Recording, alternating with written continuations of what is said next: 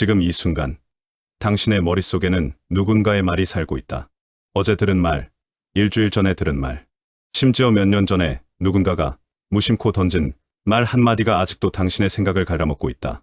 그 말이 옳은지 그른지는 중요하지 않았다. 그 말이 당신의 뿌리를 흔들었다는 사실만이 남아있다. 쇼펜하우어는 말했다. 인간은 자신이 원하는 것을 의지한다고 생각하지만 실은 자신도 모르는 거대한 의지에 이끌려 살아간다고. 그렇다면 지금 당신을 이끌고 있는 의지는 과연 당신 자신의 것인가? 아니면 타인의 목소리가 주인 행세를 하며 당신의 내면을 점령한 것인가? 이것이 오늘 우리가 직면해야 할 가장 불편하고 가장 진실한 물음이다. 인간은 태어나는 순간부터 소리의 홍수 속에 던져진다. 아이는 울음으로 세상에 도착하지만 그 직후부터 세상은 아이에게 말을 쏟아붓기 시작한다. 이렇게 해라. 저렇게 하면 안 된다. 착하게 굴어야 한다. 더 잘해야 한다. 그 말들은 처음에는 외부에서 들려오지만 시간이 지날수록 내면에 자리를 잡는다. 어느 순간부터 그 목소리는 타인의 것이 아니라 자신의 것처럼 들리기 시작한다. 이것이 심리학에서 말하는 내면화다.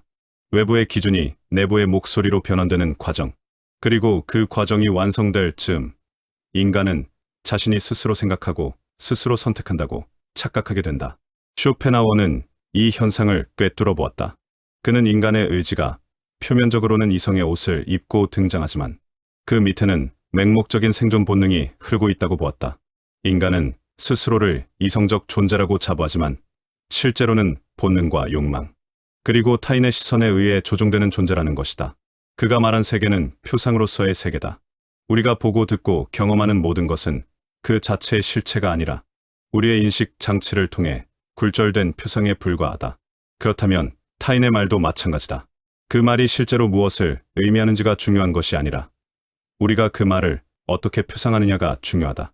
같은 말이 어떤 사람에게는 스치는 바람처럼 지나가고 어떤 사람에게는 가슴에 박히는 비수가 되는 이유가 바로 여기에 있다. 에픽테토스는 수천 년 전에 이미 이 진리를 말했다. 사람을 괴롭히는 것은 사건 그 자체가 아니라 그 사건에 대한 판단이라고.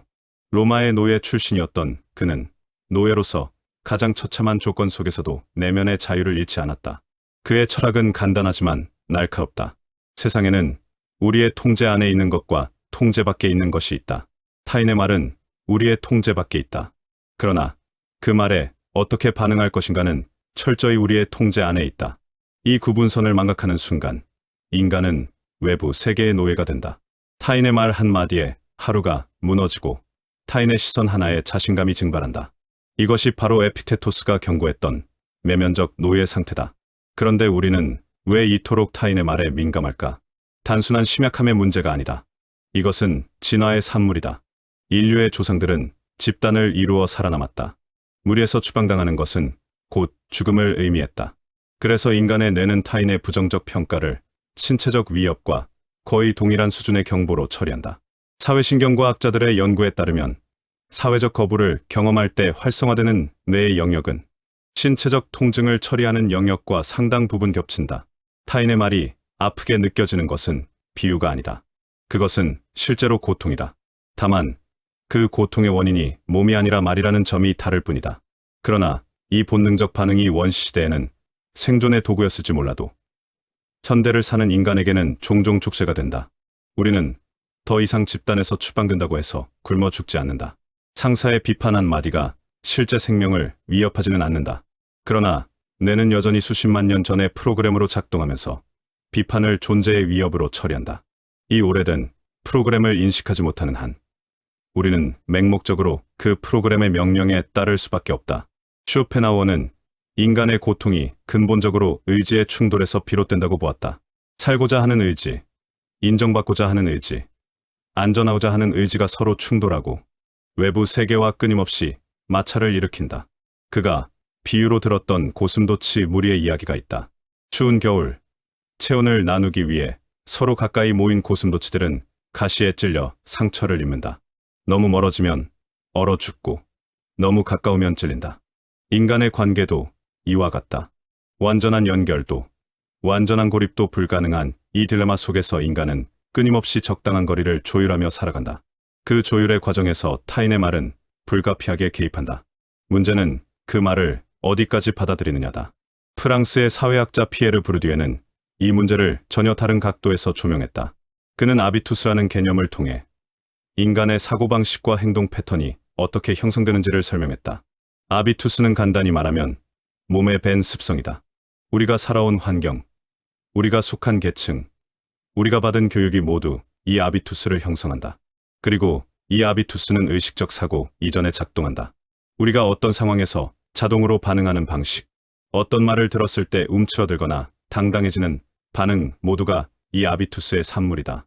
어린 시절부터 내가 그걸 어떻게 해? 내 주제를 알아라. 남들이 뭐라고 하겠어? 같은 말들을 들으며 자란 사람은 성인이 되어서도 비슷한 상황이 되면 자동으로 움츠러드는 반응을 보인다. 이것은 의지의 나약함이 아니다.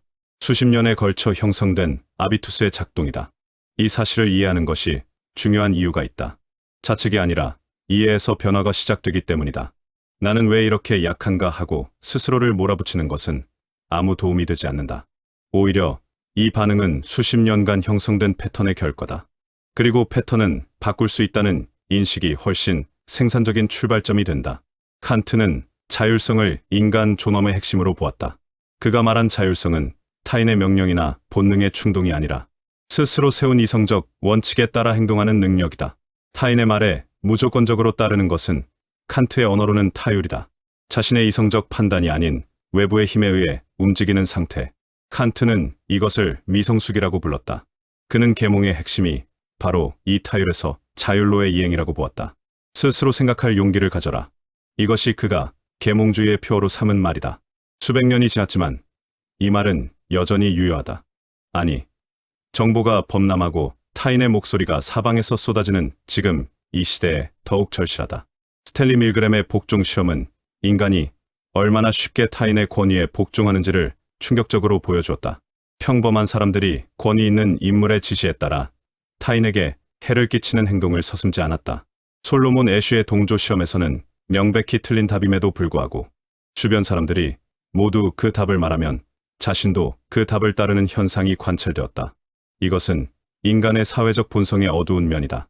우리는 집단의 판단을 신뢰하도록 설계되어 있다. 그 판단이 잘못된 것이라도. 그러나 이 연구들이 보여주는 것은 인간의 취약성만이 아니다. 동시에 인간의 가능성이기도 하다. 애쉬의 시험에서 단 한 명이라도 올바른 답을 제시하면 나머지 참여자들의 동조 비율이 급격히 낮아졌다. 즉, 자신의 판단을 지지해주는 단 하나의 목소리만 있어도 인간은 집단 압력에 저항할 수 있다는 뜻이다.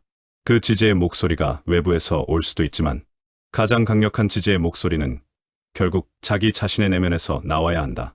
니체는 군중의 도덕을 강렬하게 비판했다. 그가 말한 노예의 도덕은 강자를 두려워하는 약자들이 만들어낸 가치체계다. 겸손하라. 눈에 띄지 마라. 분수를 알아라. 이 말들이 미덕처럼 포장되어 있지만 니체의 눈에는 이것이 탁월함을 억압하는 집단의 논리로 보였다. 주인 도덕은 스스로 가치를 창조하고 자신의 힘을 긍정하는 것이다. 니체가 초인이라는 개념으로 향한 것도 이 맥락에서다. 타인이 정한 가치 기준이 아니라 자신이 직접 삶의 의미를 창조하는 존재. 물론 니체의 논리 전체를 그대로 수용할 수는 없다. 그러나 타인의 가치 판단에 맹목적으로 종속되지 말고 자신만의 기준을 세워야 한다는 핵심 통찰은 여전히 강력하다. 쇼펜하우어는 타인의 의견에 지나치게 민감한 인간의 성향을 허영이라고 불렀다. 그는 명예와 체면이 인간을 얼마나 깊이 지배하는지를 예리하게 분석했다. 인간은 자신의 행복보다 타인이 자신을 어떻게 보는지에 훨씬 더 많은 에너지를 쏟는다. 자신의 내면의 부유함보다 타인의 눈에 띄는 외적 성공에 집착한다. 그는 이것을 어리석음이라고 불렀다. 타인의 의식 속에 존재하는 자신의 이미지를 위해 실제 자신의 삶을 희생하는 것. 거울 앞에 서서 남들이 어떻게 볼지 걱정하며 정작 자신이 어떻게 느끼는지는 묻지 않는 것. 이것이 쇼펜하우어가 말한 현대 인간의 비극이다. 그런데 이 허영의 문제는 단순히 개인의 성격 결함이 아니다. 현대 사회 자체가 이 허영을 먹이로 삼아 작동한다. 소셜미디어는 좋아요의 개수로 존재 가치를 수량화한다. 직장에서는 평가 점수가 사람의 능력을 대신한다. 학교에서는 성적표가 아이의 가능성을 규정한다. 이 모든 시스템이 외부의 평가를 내면의 기준보다 우선시하도록 설계되어 있다. 개인이 이 흐름에 저항하려면 상당한 의식적 노력이 필요하다. 쉽지 않다. 그러나 불가능하지도 않다. 칼 융은 페르소나라는 개념으로 이 문제를 다루었다.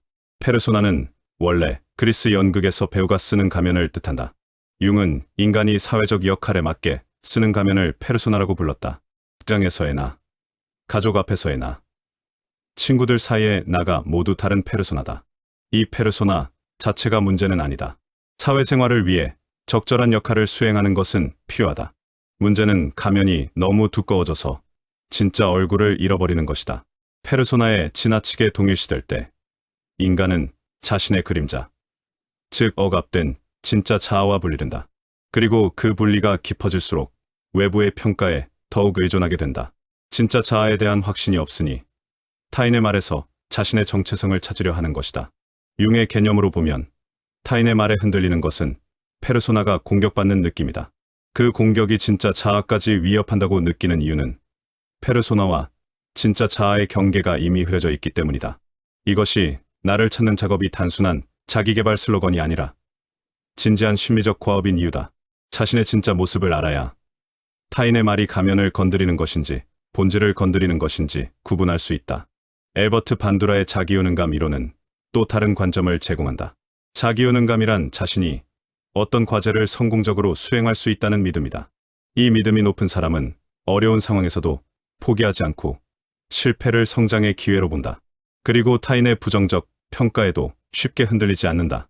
반면 자기효능감이 낮은 사람은 조금만 어려워도 포기하고 타인의 부정적 말 한마디에 이미 알고 있던 사실이 확인되는 것처럼 느낀다.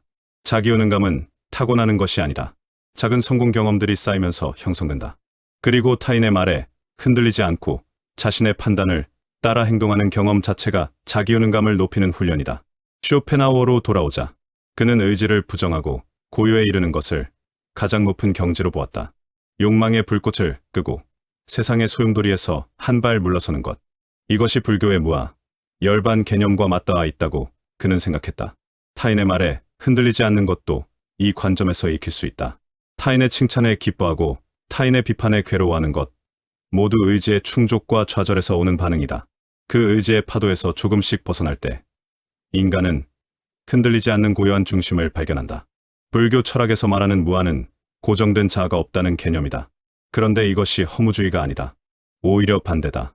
고정된 자아에 집착하지 않을 때 타인의 말 한마디에 내 존재 전체가 흔들리는 일이 없어진다. 바람이 불어도 뿌리 깊은 나무가 흔들리지 않는 이유는 나무가 무감각해서가 아니다. 뿌리가 깊어서다. 그 뿌리는 외부의 평가가 아니라 자신의 내면에 대한 깊은 이해에서 자란다. 마르쿠스 아우렐리우스는 황제이면서 동시에 철학자였다. 그가 남긴 명상록은 가장 막강한 권력을 가진 사람의 가장 내밀한 자기 성찰의 기록이다. 그는 날마다 스스로에게 물었다. 지금 내 반응이 이성적인가? 지금 내 판단이 진실에 가까운가? 지금 내 행동이 의무에 합당한가? 그는 황제로서 수많은 사람들의 말과 평가와 비판 속에 살았지만 그 모든 것을 최종적으로 자신의 이성이라는 저울에 달았다. 타인의 칭찬이 그를 교만하게 만들지 않았고 타인의 비판이 그를 무너뜨리지 않았다. 왜냐하면 그의 중심이 외부가 아니라 내부에 있었기 때문이다. 이 내부의 중심, 내면의 기준점이 없을 때 인간은 타인의 말에 특히 취약해진다. 내가 옳은지 그른지 판단할 수 있는 나만의 척도가 없으면 타인의 척도를 빌릴 수밖에 없다. 그리고 그 척도를 빌리는 순간 그 척도의 주인이 나를 평가하는 고난도 함께 빌려주게 된다. 이것이 자신을 잃는 과정이다. 한 번에 일어나는 극적인 사건이 아니다. 아주 작은 양보들이 수십 년에 걸쳐 쌓이면서 어느 날 문득 나는 내가 누구인지 모른다는 공허함과 마주하게 된다. 빅터 프랭클은 아우슈비츠의 생존자다. 나치의 수용소에서 인간이 상상할 수 있는 가장 극단적인 박탈과 잔혹함을 경험한 인물이다. 그는 그 경험을 통해 한 가지 불변의 진리를 발견했다. 외부 환경이 아무리 인간을 짓밟아도 그 환경에 어떻게 반응할지를 선택하는 자유만은 빼앗을 수 없다는 것이다. 그는 이것을 자극과 반응 사이의 공간이라고 불렀다. 누군가의 말이 자극으로 들어올 때 그것이 반응으로 이어지기 전에 잠깐의 공간이 존재한다. 그 공간에서 우리는 선택할 수 있다. 이 말에 어떻게 반응할 것인지, 이 말을 어떤 의미로 받아들일 것인지, 이 말이 나의 행동에 영향을 미치도록 허용할 것인지 아닌지. 프랭클의 통찰이 위대한 이유는 이것이 수용소라는 지옥에서 증명된 진리이기 때문이다. 가장 극단적인 상황에서도 유지될 수 있는 내면의 자유라면 우리가 일상에서 마주하는 타인의 말에도 충분히 적용될 수 있다. 문제는 이 공간을 의식하지 못한다는 것이다. 자극이 들어오면 자동으로 반응한다. 그 자동성이 곧 흔들림이다. 그 자동성을 멈추고 잠깐의 공간을 만드는 것. 이것이 훈련의 시작이다. 인지 부조화 이론을 제시한 레온 페스팅거는 인간이 자신의 믿음에 반하는 정보를 받아들이기가 얼마나 어려운지를 보여주었다. 우리는 자신이 이미 갖고 있는 생각과 일치하는 정보를 선호하고 반하는 정보는 무시하거나 왜곡하려는 경향이 있다. 그런데 타인의 말이 우리에게 상처가 될 때는 그 말이 우리 자신도 은밀히 의심하던 부분을 건드릴 때가 많다. 너는 그런 걸 할 수 없어라는 말이 오래 남는 것은 내 안에 이미 나는 못하는 건 아닐까 하는 균열이 있었기 때문이다. 타인의 말이 그 균열을 건드리면 인지 부조화가 발생하고 그 불편함이 말에 과도한 무게를 부여한다. 이것을 알면 달리 볼 수 있다. 어떤 말이 유독 마음에 걸릴 때 그것은 그 말이 특별히 진실이어서가 아니다. 그 말이 내가 이미 가지고 있던 불안의 상처 위를 건드렸기 때문이다. 그렇다면 진짜 작업은 그 말을 반박하거나 무시하는 것이 아니다. 내 안에 있는 그 상처를 들여다보는 것이다. 그 균열은 어디서 왔는가? 언제부터 나는 이것을 의심하기 시작했는가? 그 시작을 찾아가는 것이 타인의 말에 흔들리지 않는 진짜 기반을 만드는 일이다. 아들러는 인간의 행동 동기를 열등감의 극복에서 찾았다. 모든 인간은 어느 정도의 열등감을 가지고 있으며 이 열등감을 극복하려는 노력이 성장의 동력이 된다. 건강한 방식으로 열등감을 다룰 때 인간은 성장한다. 그러나 열등감이 지나치게 클 때 또는 잘못된 방식으로 다루려 할 때 인간은 타인의 우월함을 허락하지 않으려 하거나 또는 반대로 타인의 인정에 지나치게 의존하게 된다. 타인의 말에 흔들리는 것도 이 맥락에서 볼 수 있다. 자신의 가치에 대한 불안이 클수록 외부의 평가가 내면의 자기 판단을 압도하게 된다. 아들러가 제시한 해법은 공동체 감각이었다. 자신을 고립된 개인으로 보는 것이 아니라 더 큰 전체의 일부로 보는 관점. 그러나 이것이 집단에 묻히하는 의미가 아니다. 오히려 내가 온전한 나로 설 때 공동체에도 진정으로 기여할 수 있다는 뜻이다. 자신을 잃고 타인의 기대를 채우는 사람은 겉으로는 수능적으로 보이지만 내면은 공허하다. 그 공허함이 다시 타인의 인정에 대한 갈증으로 이어지는 악순환이 반복된다. 쇼펜하우어는 독서와 사색, 예술과 음악 속에서 의지의 소용돌이를 잠시 멈출 수 있다고 보았다. 그것은 잠깐이지만 그 잠깐의 고요 속에서 인간은 맹목적 의지의 지배를 벗어난다. 그 순간 타인의 말이 갖는 무게도 가벼워진다. 우리가 바쁘고 소란스러운 일상 속에서 진정한 자기와 단절되는 이유는 그 소란 속에서 자신을 들여다볼 고요한 공간을 갖지 못하기 때문이다. 아침부터 저녁까지 타인의 말과 화면, 속 이미지와 끊임없는 알림에 노출된 채로는 내 목소리를 듣는 것이 불가능하다. 이것은 고독의 문제이기도 하다.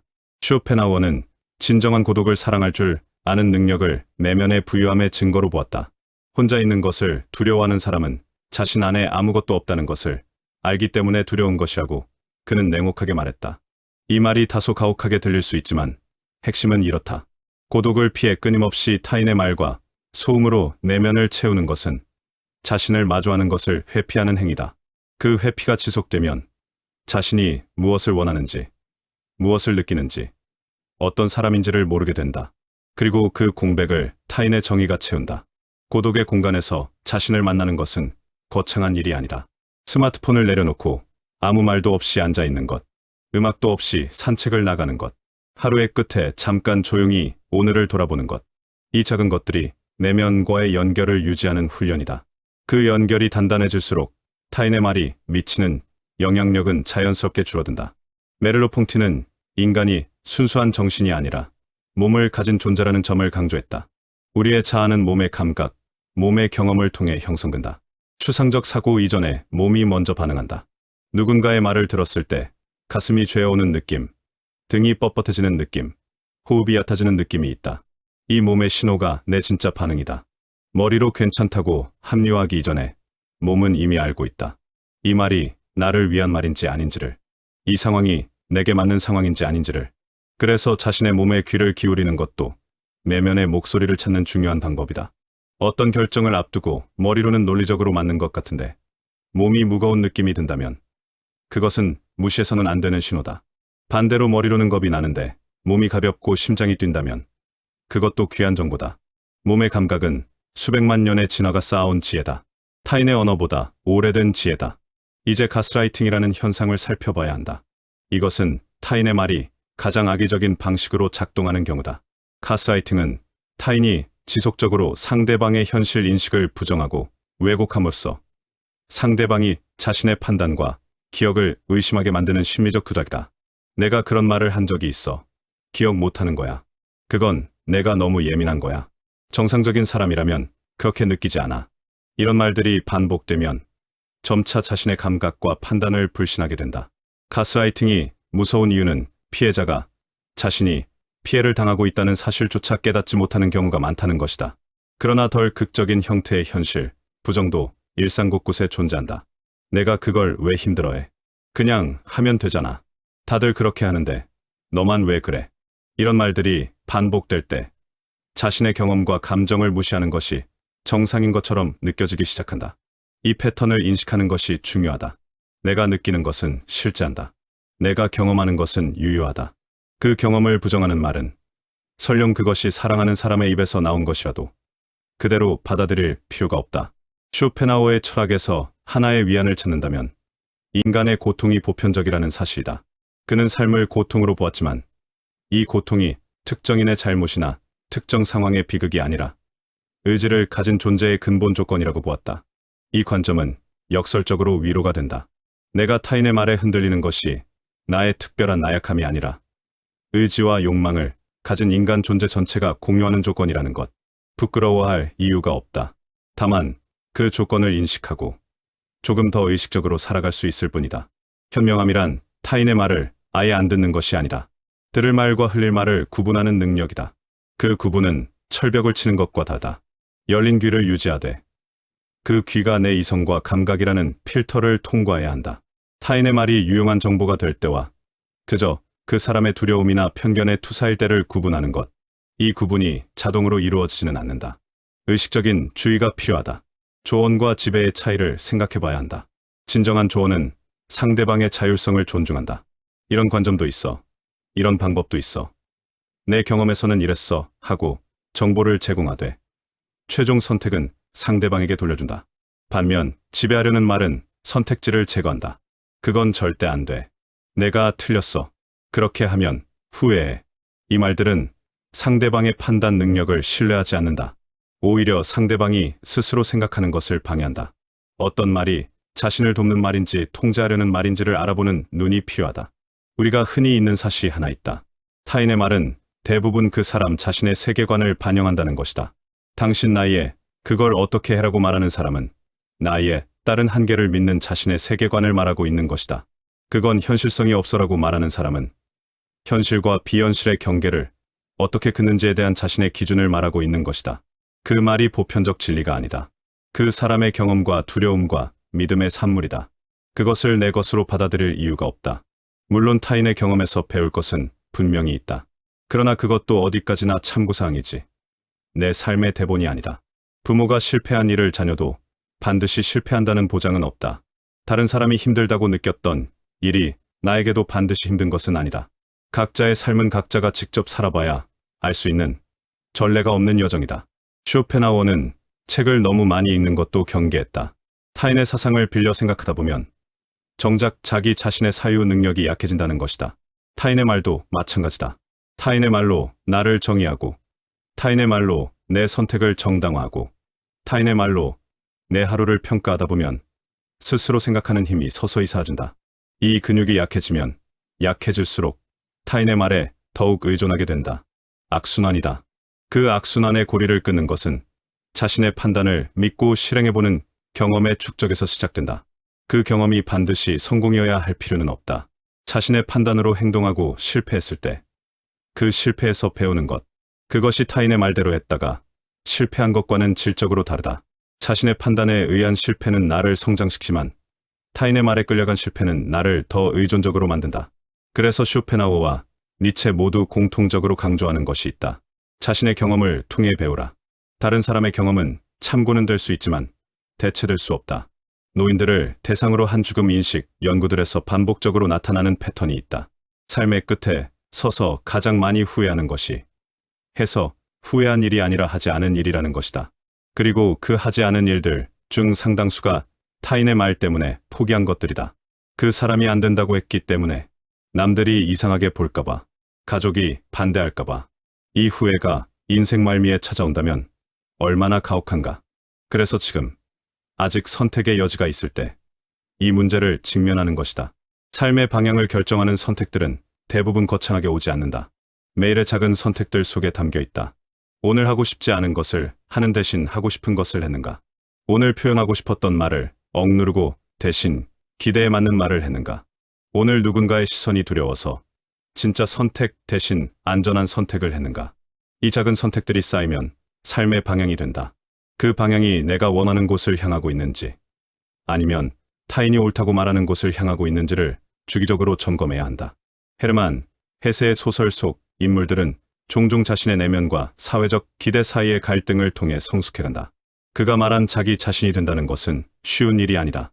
그것은 편안하고 안전한 길을 거부하고 불확실하고 좁은 내면의 길을 걷는 것이다. 그러나 그 길을 걸어야만 진짜 자신의 삶을 살 수 있다. 타인이 정의한 삶이 아니라 자신이 직접 의미를 부여한 삶. 세네카는 말했다. 어디로 가는지 모르면 어떤 바람도 순풍이 아니다. 타인의 말을 쫓아 살아가는 것은 목적지 없이 타인이 부는 바람에 돛을 맡기는 것과 같다. 그 바람이 좋은 방향으로 불 수도 있다. 그러나 그 바람이 방향을 바꾸면 나는 어디로 가야 할지 알 수 없다. 자신의 목적지를 아는 사람은 바람이 반대 방향으로 불어도 노를 저을 수 있다. 그 목적지는 타인이 정해줄 수 없다. 오직 자신이 결정해야 한다. 그렇다면 지금부터 무엇을 할 수 있는가? 쇼펜하우어식으로 말하면 의지의 소용돌이를 잠시 멈추고 고요한 관찰자의 위치에 서는 것이다. 실천적으로는 이렇다. 타인의 말이 들어올 때 그 말에 즉각적으로 반응하기 전에 잠깐 멈추는 것이다. 그 멈춤의 공간에서 두 가지를 확인한다. 첫째, 이 말이 사실에 기반한 것인가? 아니면 그 사람의 판단이나 두려움인가?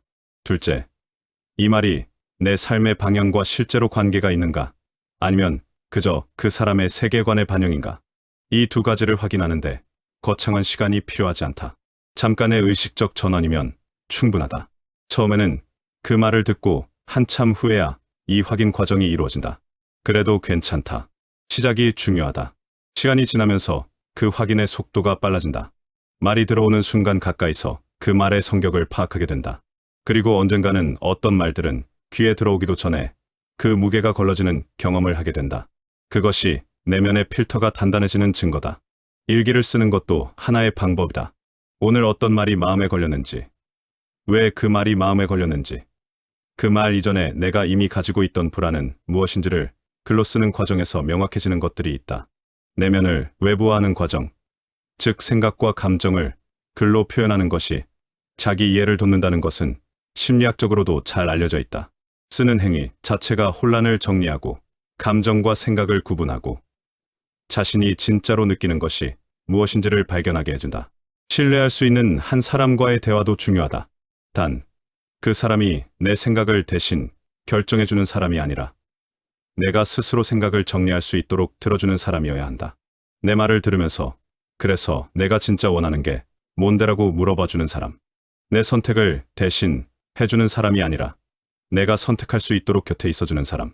이런 관계가 하나라도 있다면 그것이 큰 힘이 된다. 그러나 결국 가장 중요한 것은 자기 자신과의 관계다. 아침에 눈을 뜨는 순간부터 잠드는 순간까지 가장 오랫동안 함께 있는 존재는 자기 자신이다.